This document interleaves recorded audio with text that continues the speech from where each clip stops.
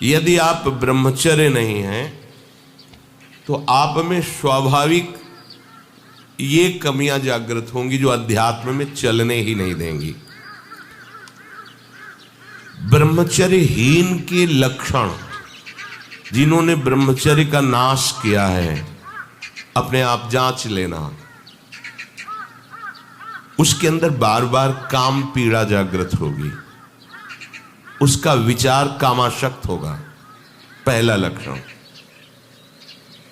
बस उसकी बार बार वृत्ति काम की आएगी, बार बार पीड़ा हृदय में काम भोग की प्रेरणा देगी।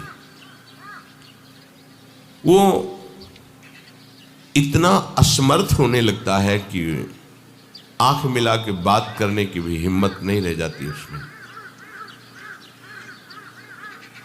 हर समय उसके अंदर एक हीनता सी छा जाती है। वो बहुत चालाकी से अपने को छुपाना चाहता है, झूठ बोलता है, थोड़ी ऐंठन भी दिखाना चाहता है कि मैं कुछ हूं, पर अंदर से खोखला हो जाता है। ये दुर्गुण उसके अंदर जागृत होते हैं जो ब्रह्मचर्य का नाश करता है। उसके चेहरे में प्रसन्नता कभी झलक ही नहीं सकती, दुखी व उदास, जो ब्रह्मचर्य का नाश करता है।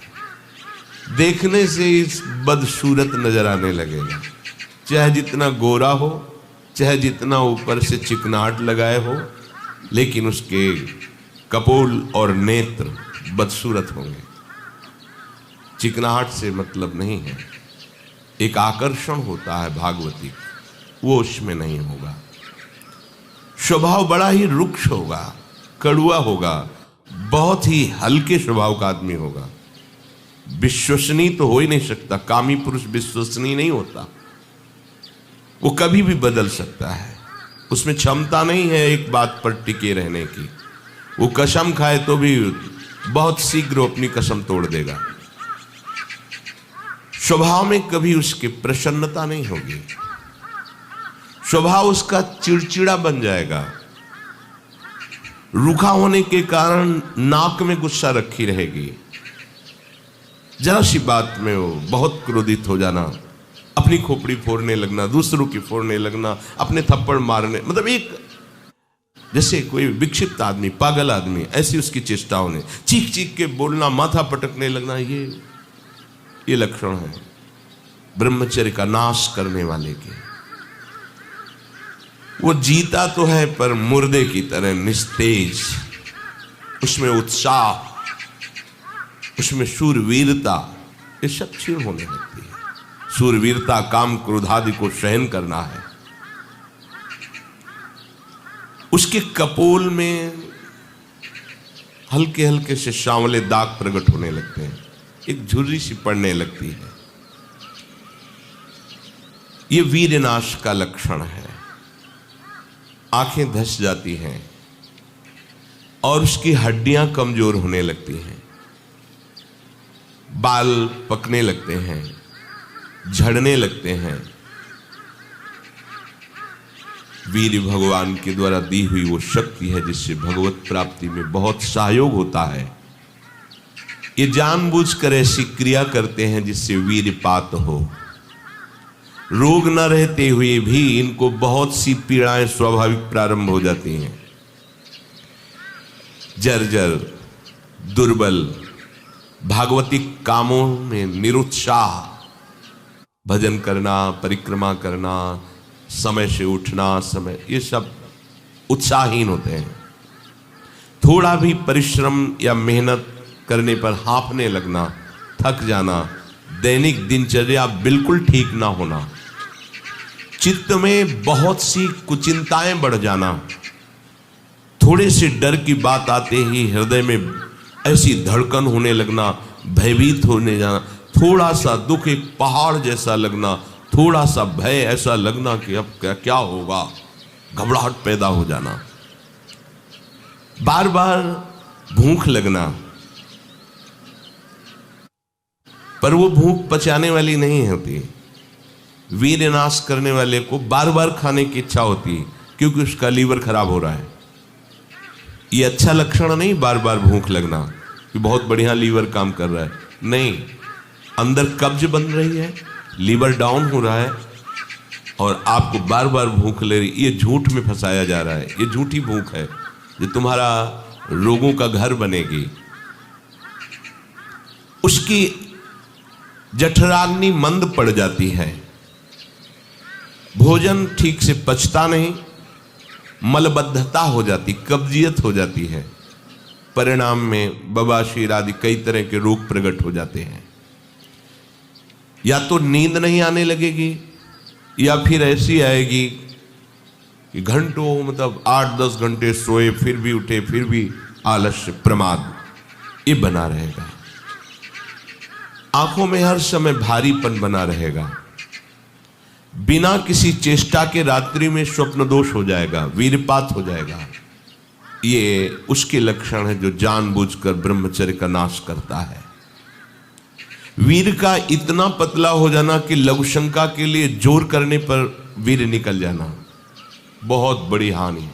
नए नए बच्चों में जब उनसे प्रश्न करते हैं कि आपके दर्शन से ऐसा महसूस होता है आप कोई गलत चेष्टा करते हैं, तो वो कहते हैं अब नहीं करता, लेकिन पहले जब आपसे मिला नहीं था तब होती थी, लेकिन लक्षण तो अब भी प्रकट हो रहे हैं। तो कहते वो स्वाभाविक वीरपात हो जाता है, स्वप्न दोष में भी और लघु शंका में भी। इसका कारण है आपने बहुत ही गलत आचरण किए हैं। ये जो हस्त मैथुन आदि क्रियाएं हैं इनके द्वारा पूरा का पूरा आपका जीवन नष्ट हो जाता है। इसे खिलवाड़ मत समझो। चाहे गृहस्थी में भी जाना हो तो खिलवाड़ मत करो। आप गृहस्थी लायक नहीं रह जाएंगे।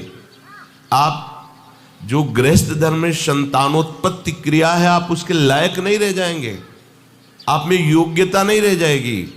इसलिए सावधान। परमार्थ में चलना है तो अत्यंत आवश्यकता ही है ब्रह्मचर्य की, पर गृहस्थ में चलने के लिए भी ब्रह्मचर्य की आवश्यकता है। जहां वो पेशाब करने के लिए जोर लगाते हैं तो वीर स्खलित होने लगता है थोड़ी थोड़ी मात्रा में। ये हस्त मैथुन करने वालों का प्रधान चिन्ह है। इसका परिणाम यहां तक हो सकता है कि पुरुषत्व का नाश होकर नपुंसकता आ सकती है। हाथ पैरों के जोड़ पर बिना किसी कारण के दर्द होना, कमर में, गांठ में, जहां संधियां हैं, अस्थियों का जोड़ है, वहां दर्द होने लगना।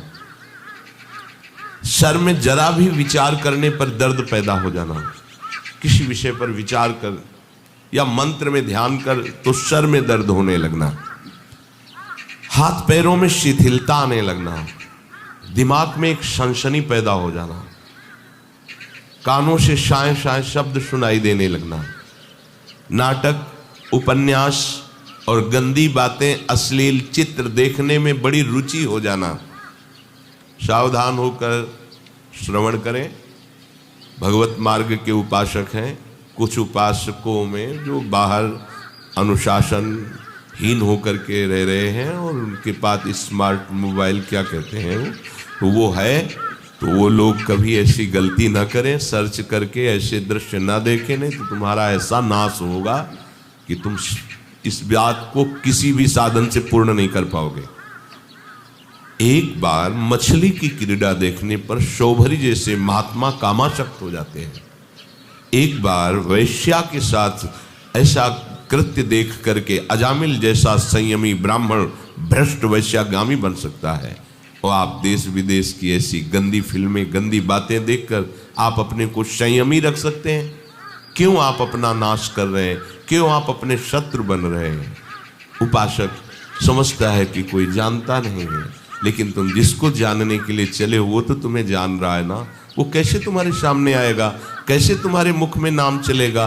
कैसे हृदय में भगवत प्राप्ति का उत्साह रह जाएगा यदि आप ऐसा? उपासक को नाटक, उपन्यास, सिनेमा, अश्लील चित्र, गंदी पिक्चरें बिल्कुल नहीं। क्यों अपना नाश कर रहे हो? पर उसको रुचि हो जाएगी। जो व्यभिचारी प्रवृत्ति से युक्त है उसको ये अच्छा लगेगा। बार बार पेशाब होने की इच्छा होना, पेट में ऐसा लगना जैसे बहुत गर्मी पैदा हो गई है, और प्रमेह आदि उग्र रोगों का प्रादुर्भाव हो जाना, ये ब्रह्मचर्य नाश का लक्षण है। तलवे हथेलियों पर पसीना आने लगना, हाथ पैर में जरा भी काम करने के लिए चलो तो कंपायमान होने लगना, थोड़ा भी ऋतु परिवर्तन बीमारी को पैदा कर देना, थोड़ा सा गर्मी थोड़ा सा सर्दी, बीमार हो गया, उसे प्रकृति का प्रहार सहन न करने की सामर्थ्य आ जाती है।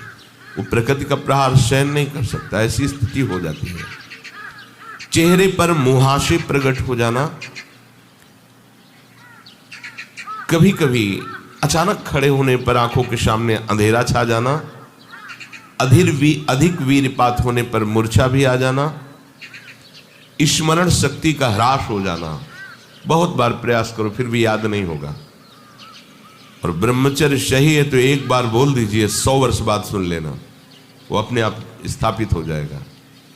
ज्यादा पढ़ना लिखना नहीं पड़ता, एक बार बोलिए, वो 100 वर्ष बाद पूछ लीजिए, 100 वर्ष बाद उसकी स्मृति वैसे ही बनी रहेगी यदि वो ब्रह्मचारी है। चित्त का अत्यंत चंचल हो जाना, चित्त में बिल्कुल बल ना होना कि हम विषय से हटा के प्रभु में लगा सके, ऐसी सामर्थ्य नहीं, दुर्बल हो जाना, बार बार प्रतिज्ञा करना पर उसका निर्वाह न कर पाना, आज से मैं ऐसा नहीं करूंगा, 1 2 3 फिर गिर गया, वहीं गिर गया। हर कार्य बीच में छोड़ देना, किसी भी कार्य को सांगोपांग न करना, ये वीर्य पात करने वाले के लक्षण है। दिमाग में भयानक गर्मी रहना, नेत्रों में जलन उत्पन्न हो जाना, वह बिना किसी कारण के नेत्रों से पानी बहना, बहुत कम गलती में भारी गुस्सा आ जाना, बहुत कम लाभ में फूल जाना, अहंकार आ जाना, कम लाभ में कोई लाभ नहीं, छोटी मोटी वस्तुओं के प्राप्त होने पर अहंकार आ जाना, माथा, कमर, मेरुदंड, छाती, इनमें बराबर दर्द बढ़ते जाना, बड़ी हालत खराब हो जाती है। ऐसे दर्शन हुए ऐसे जनों के, आंखों से दिखता नहीं, 28 वर्ष के होंगे वो लगभग, वैराग्य इस कोटिका की आप सोच भी नहीं सकते, बाहरी बस लंगोटी अचला और फुटपाथ में पड़े रहना। और पूर्व विद्यार्थी जीवन में विद्यार्थियों के साथ हस्तमैथुन करने का अभ्यास वो इतना दृढ़ हो गया था कि 10-10, 15-15 बार एक दिन में स्वाभाविक ऐसे, तो उनकी हालत ये थी कि आंखों से दिखना बंद हो गया था, खड़े होने की सामर्थ्य नहीं। तो हितधाम में एकांत में मिलके कहा था कि आपका जो ब्रह्मचर्य का प्रवचन सुना हमें, तो ऐसा लगा कि शायद आप उपाय बता सकते हो। तो हम कहा हमारे पास कोई, हम आयुर्वेदाचार्य है नहीं, और दूसरी बात है कि ये चीज़ आपके हाथ में है, अगर आप नहीं रोकते हैं तो आपको ऐसी दशा में पहुंचा देगा ये क्रिया कि आप किसी काबिल नहीं रह जाएंगे। रीढ़ की हड्डी कमजोर हो जाती है और उसमें सीधे बैठने की सामर्थ्य खत्म हो जाती है, वो झुकाव ऐसे, वो झुक करके ही ऐसे बैठना। वीरपात करने वाले के मसूड़े में फूलना, मुख से दुर्गंध आना, शरीर का पसीना दुर्गंध युक्त होना, ये वीरवान के यहां से दुर्गंध नहीं आ सकती। जो वीरवान अर्थात जो ब्रह्मचारी है उसके यहां से दुर्गंध, उसके मुख से दुर्गंध नहीं आएगी, भले कुल्ला करे या ना करे, ये वीर में सामर्थ्य होती है। नाक के साइड में यहां कालिमा आ जाना, फिर वो कालिमा धीरे धीरे कपोलों में बढ़ते जाना, ये वीर नाश का लक्षण है। वीर्य नाश से उदर लंबा होना, पेट बढ़ना शुरू हो जाता है, आंतें बढ़ना शुरू हो जाती है, उसकी वाणी में मृदुता नष्ट हो जाती है, कर्कशता रुक्षता आ जाती है, उसका स्वभाव अप्रिय बन जाता है, छाती की हड्डियां दिखने लगती हैं, वो ना तो लोक में ना परलोक में किसी भी कार्य में उत्साह करने लायक नहीं रह जाता।